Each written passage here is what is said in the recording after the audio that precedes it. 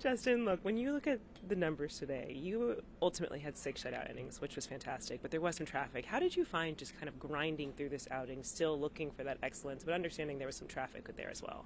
Yeah, I mean, I think, first off, I think Rush did a good job back there kind of keeping me in the rails. He did a good job just kind of, I think to collectively we did a good job just kind of, finding that attack there in like the third inning and kind of moving forward.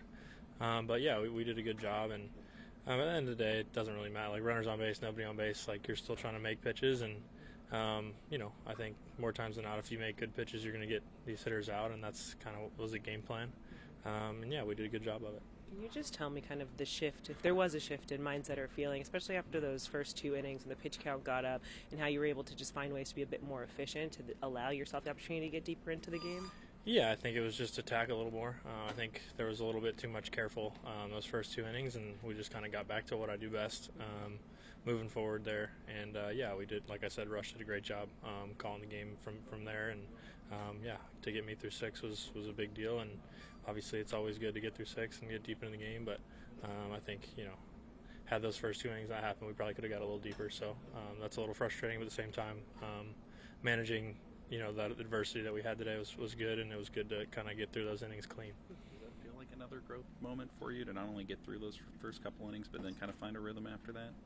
Yeah, I would say so. I mean, I think it's just, again, like I said, it's just making pitches when you need them, and today I made the pitches when I needed to make them, and so that helped us get through those innings. And yeah, obviously you're not always going to do that even when you make the pitches. Sometimes guys are going to hit them. This is the big leagues. These are the best hitters in the world, so sometimes guys hit them and sometimes they don't. So I think at the end of the day, it's just whether you're in the mindset of attacking or not attacking. I think that's kind of the big thing.